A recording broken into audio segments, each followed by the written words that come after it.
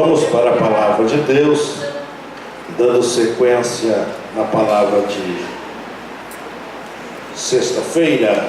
Abra sua Bíblia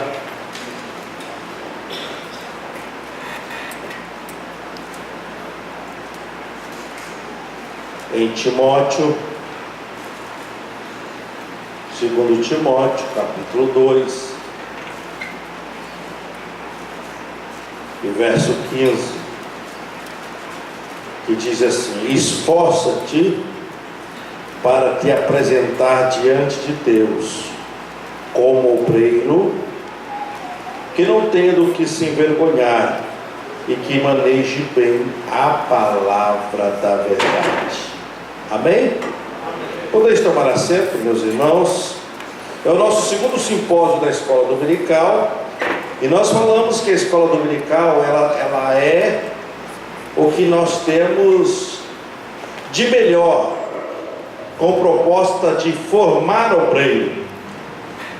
Não é só a escola que pode formar obreiro, escola dominical, mas o que nós temos de melhor para oferecer na Assembleia de Deus é a escola dominical. Depois nós temos o IBADEP, no estado do Paraná. Eu sou da época da ETAD, nós tínhamos a ETAD, e aí outros cursos que a Assembleia de Deus oferecia. Quem pôde ir para o Instituto de Teologia lá em Pindamonhangaba, no Vale do Paraíba,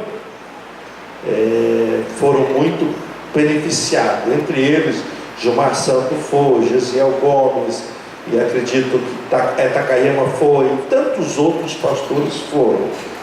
A geração mais nova, poucos pastores tiveram o privilégio. João Juarez de Guaíra fez Pindamonhangaba, ele, a esposa, mas foram poucos pastores da minha geração que tiveram o privilégio de fazer.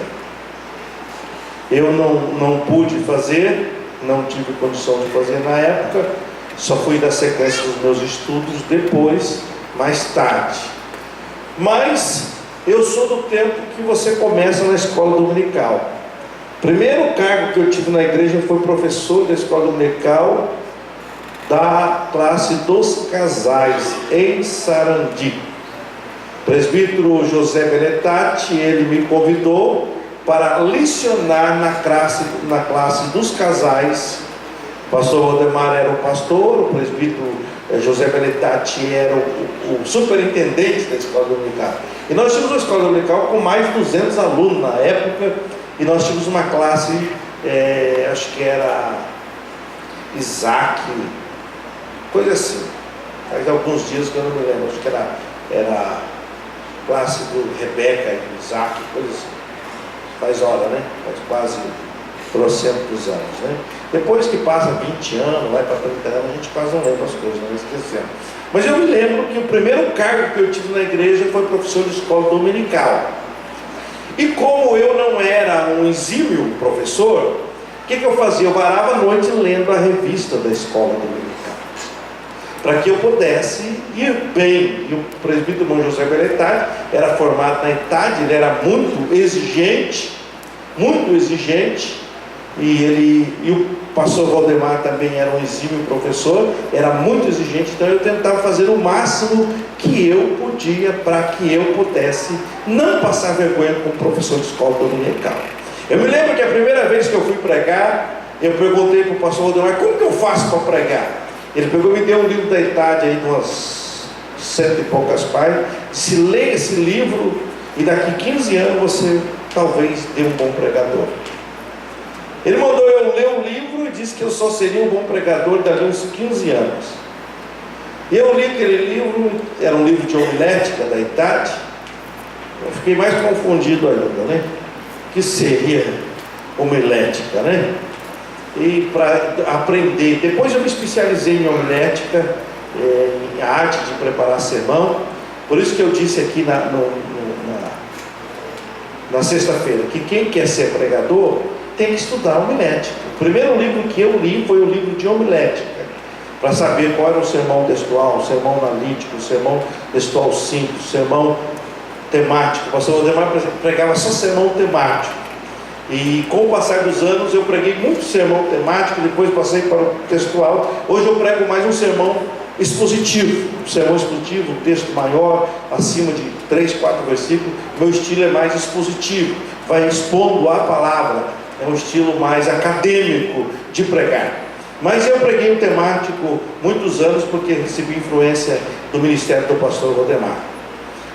Mas eu tive uma experiência com a escola dominical, muito jovem, e eu me lembro que eu trabalhava de porteiro à noite, uma noite sim, uma noite não, e eu trabalhava à noite das 8 às 8 da manhã, e eu deixava uma gravata na igreja, olha bem, deixava uma gravata na igreja, pedalava 16 quilômetros de bike, tá?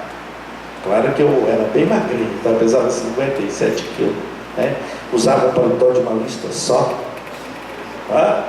E eu vinha direto do serviço para a igreja, e eu licionava, nesta época eu estava lecionando para os jovens, e quando o pastor Valdemar faltava, eu era o substituto do pastor Valdemar.